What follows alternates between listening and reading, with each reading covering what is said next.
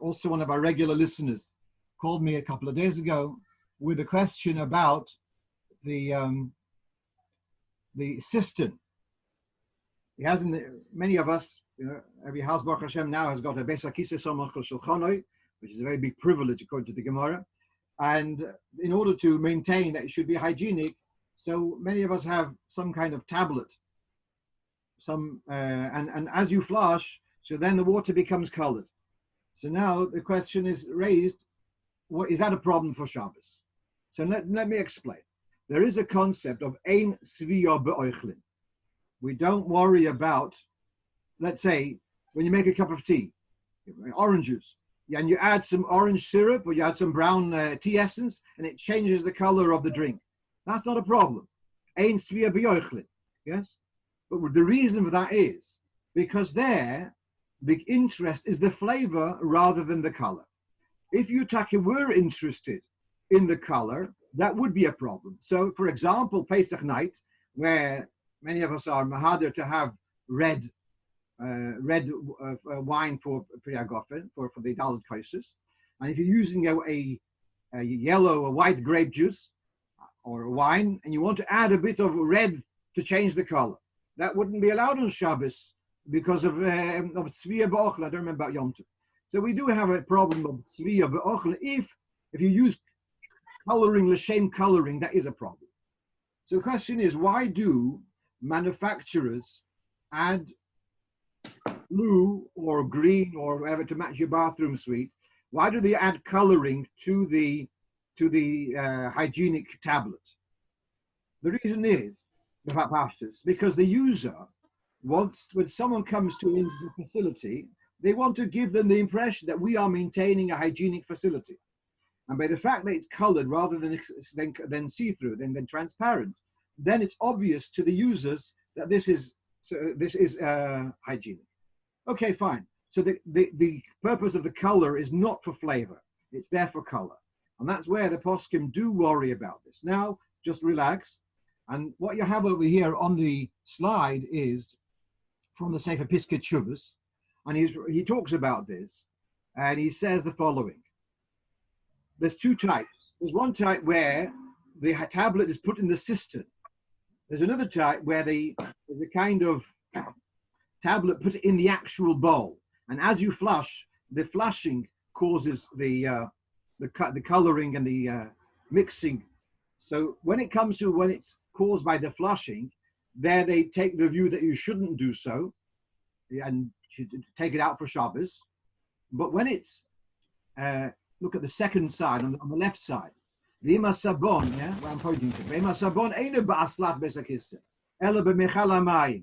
But if the tablet is not in the actual bowl, it's in the cistern, and when you flush it, it comes out as colored water. It's more simple to allow this. When you flush it and the flushing causes the coloring, so you are kind of causing it to happen. But when you flush and then fresh water comes in and it mingles with the tablet inside the cistern, that's quite indirect. And therefore, they are more easygoing on that. There are those who are machmir, nochen lahachmir, but be that as it may, certainly one can rely on the more lenient view that if it's in the cistern rather than in the bowl, which is usually the case, that would be okay. Actually, I was thinking last night, what I've explained is the coloring here is in order that the user should see that it's a hygienic facility. Why should the one which is inside the bowl be colored? Anyone who sees the bowl sees the little schwanz hanging there and sees that there's that hygienic tablet there. So why does it have to be colored? Elamite doesn't need to be colored. If so, the Vita, you're not interested in color, should be a Vita good. So I think I've got a svara to be makel on both counts. Okay, but these poskim didn't think of that. Dan, you wouldn't necessarily know that it's in the pan on that hanging thing. You don't actually look inside it. Okay, all right. There's another. If I can say, there is another reason. Let's look at this slide which you have in front of you. running a bit out of time. Patio doors. Now, the story in this picture is that the two doors are actually, one's a door and one is fixed. So I'm going to, this one, which on the right as you're looking, this door is fixed. It's a fixed panel. To put the mezuzah where I'm pointing now, at the far right, is missing the point by about 5 feet, 4 feet. The mezuzah needs to be over here because that is the doorway. So that's point number one, that the glass panel is a wall. Second point is, we have a general guidance that with the way the door swings, that is called, the door swings into, that's called the interior. This door does not swing, it slides. Rabbi Yankiv Emden says that a sliding door, which if you think about going back 50 years ago, you didn't have these type of sliding doors like you see over here. You'd have a sliding door, let's say, between the kitchen and the dining room. That sliding door would be on one side of the wall or the other side of the wall. So he says the wall, the side of the wall where the track is, where the door slides, that's called the Heketzir, that's the interior. On that basis, if you look at this picture carefully, the Heketzir over here is as if the door was swinging out into the garden.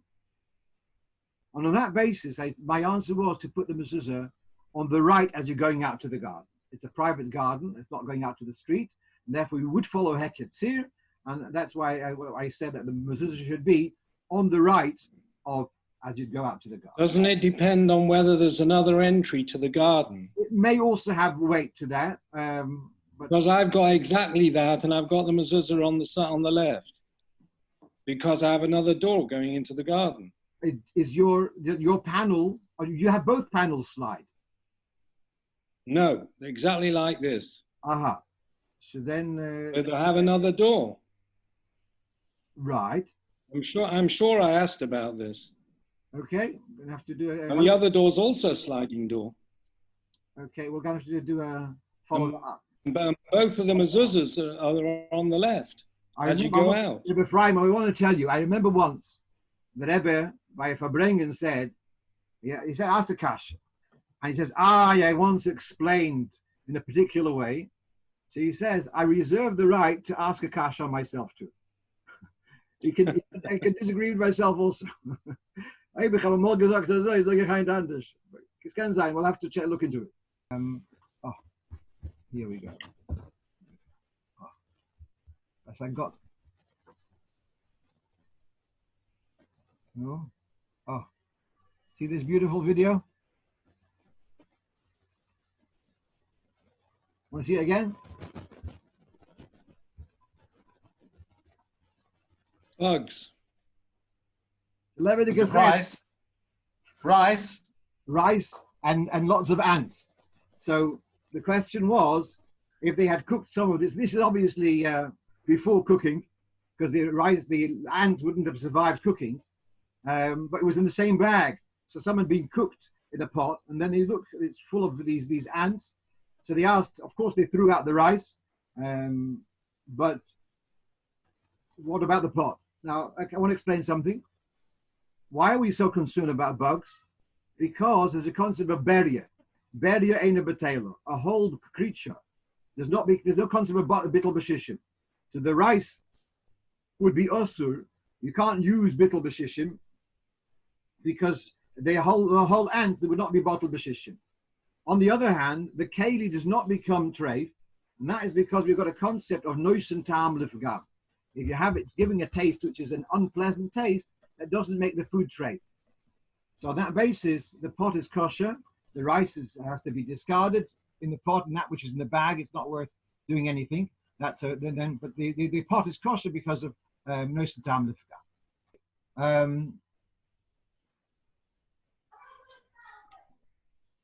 Someone wrote to me that she was baking bread, and then she realized that she had left the piece of challah in the oven. It's so confusing when we talk about challah, because we've got challah which we eat Friday, over Shabbos, and then we've got the mitzvah of challah, which means the piece of bread, a piece of dough, which is separate from the mass of dough, and because we can't give it to a kohen who's going to eat it, so we burn it.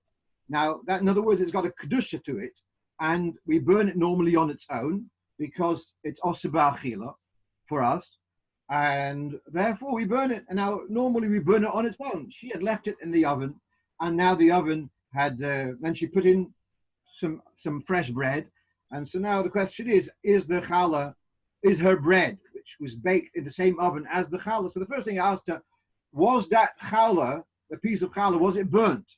If it was burnt to a cinder, then I don't have to worry about it. No, it wasn't. It was still, still fairly fresh.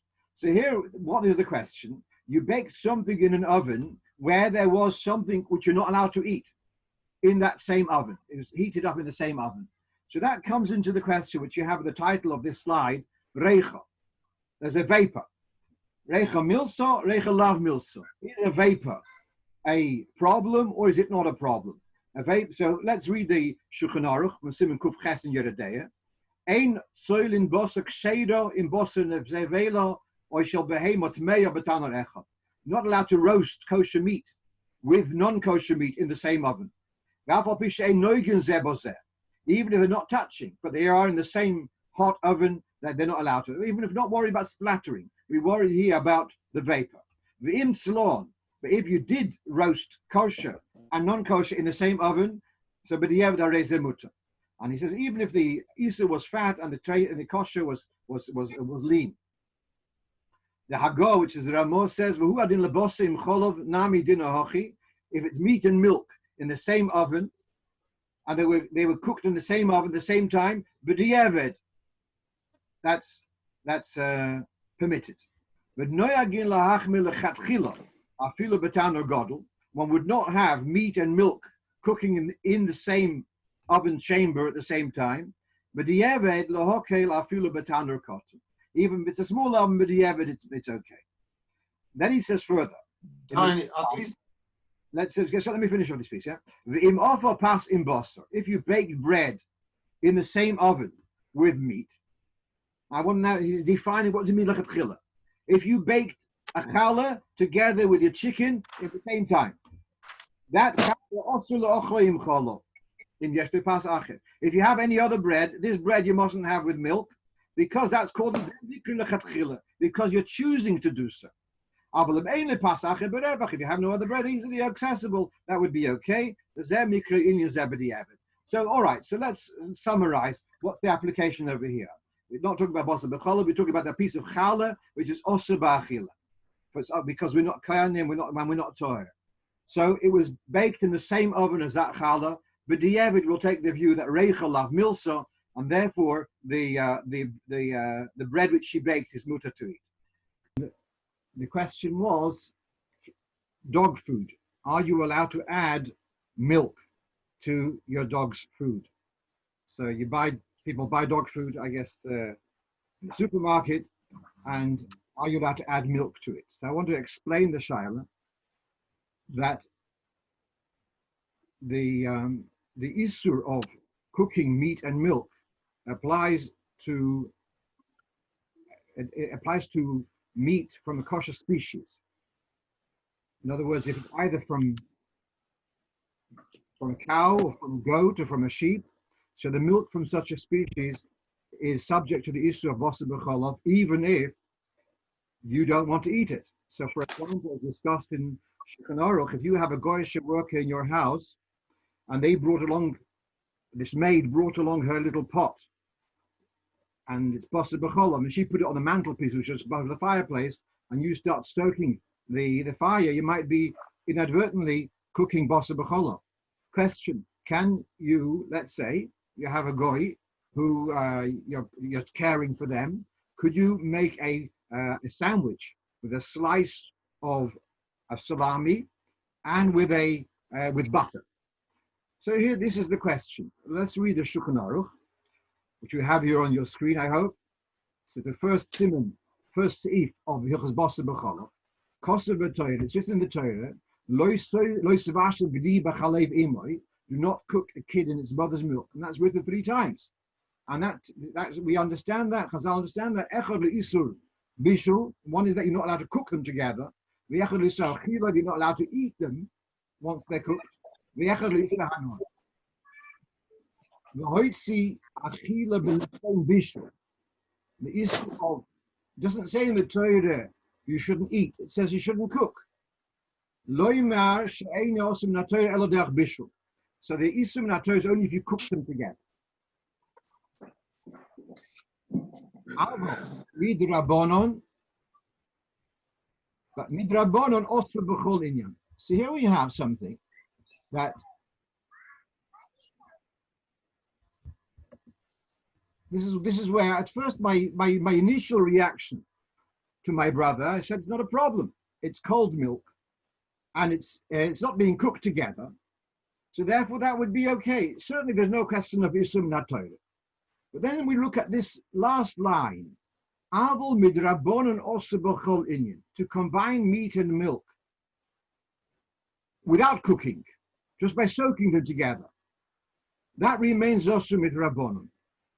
Now, obviously here, it's not because you want to eat it. And also you can argue, I'm only soaking it just till, Fido finishes his lunch, yeah?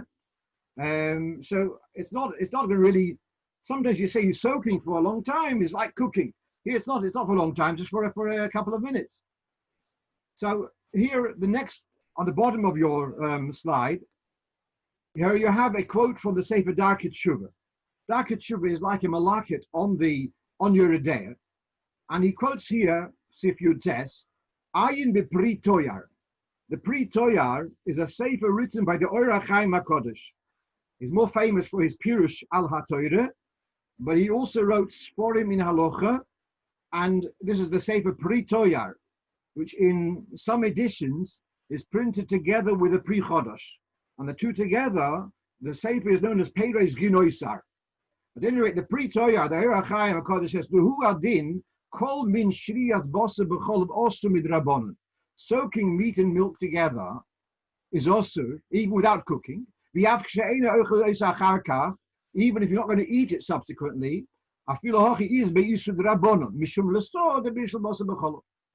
in case it comes, in other words, as a precaution to cooking meat and milk. The kol be'isbei bish tzad bishu, the yoiv time is ebozeh, since it is like cooking, it is sharing the taste. Osur midrabanon mishum lesod bishul basa b'chol. It's not everyone. Not everyone agrees. You give a reference to further Simon Tzadik Aleph, but this is where the Or HaChaim says you shouldn't soak milk and meat together. So I sent an email to my brother this morning or last night to change that you shouldn't actually be soaking you shouldn't be adding milk to the dog food. Now, a couple of points. First of all, he said that actually in Australia, often the dog food is made from kangaroo meat. In which case, if it's made from kangaroo meat, there's no issur of bosser. The bosser only applies to meat from behemo, as I said, either from a cow or from a goat or from a sheep. Any other species is not also bosser b'chol of their eyes.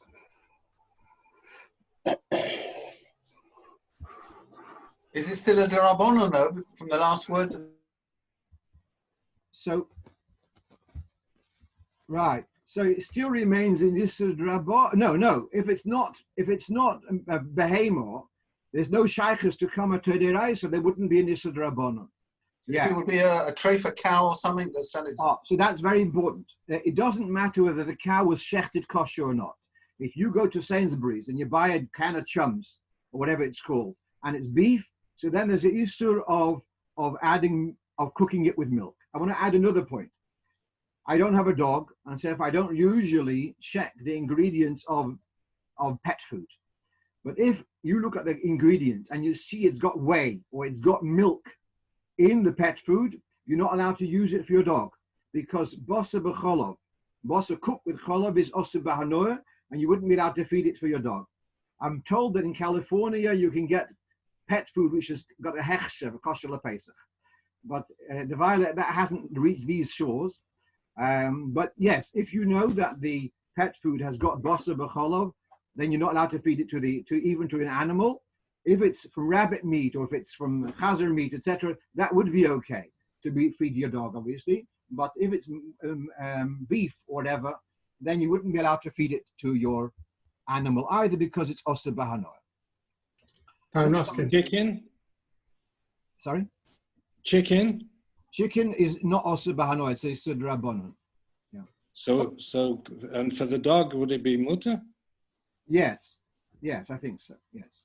Okay. So, Raaskin, Yeah. I'm not sure about now, but I know that years ago, the vast majority of pet foods were Bossa V'Cholov. Right. And the company I worked for sold a lot of pet food, owned by from Yid. And he had a heter to sell it. I don't know how he got the heter, but I would imagine from where he davened and everything, it was from Reb Chunan. I'm very surprised. Very surprised. I'll tell you, I heard a story from about a person who became a Baal Tshuva in Brazil, and he was a multimillionaire. He owned a chain store similar to, imagine, like McDonald's, and he was selling beef burgers. And beef burgers is a bisur deraisa of cheese and beef together. And as he was becoming a bit more frum, he wasn't ready to sell off the whole chain. But meanwhile, he was advised, don't sell beef burgers, sell hamburgers. Because if it's ham and cheese combined, you shouldn't be doing schoire b'dvarim asurim, but it's mutar b'hanoah.